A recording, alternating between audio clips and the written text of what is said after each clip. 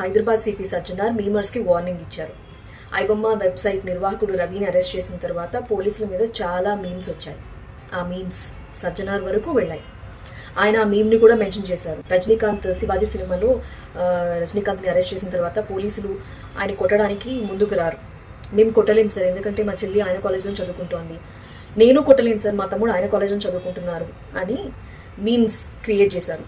ఈ ఐబొమ్మ రవిని కొట్టలేము, ఎందుకంటే ఆయన వెబ్సైట్లోనే మేము సినిమాలు చూసాము అన్నట్టుగా మీమ్స్ క్రియేట్ చేశారు. సో పోలీసుల మీద అలాంటి మీమ్స్ చేయొద్దు అని చెప్పి ఆయన వార్నింగ్ ఇచ్చారు. కల్తీ ఫుడ్ అలానే తక్కువకి వస్తుంది కదా అని కొనుక్కుంటారు, కానీ అది డూప్లికేట్ అని తర్వాత తెలుస్తుంది, అది ఒరిజినల్ కాదు అని.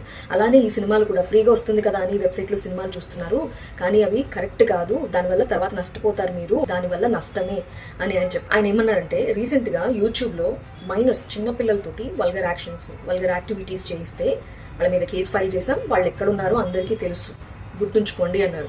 పోలీసుల మీద మీమ్స్ చేయొద్దు, మీమ్స్ చేస్తే వాళ్ళ మీద నిఘా పెడతాము అని ఆయన హెచ్చరించారు.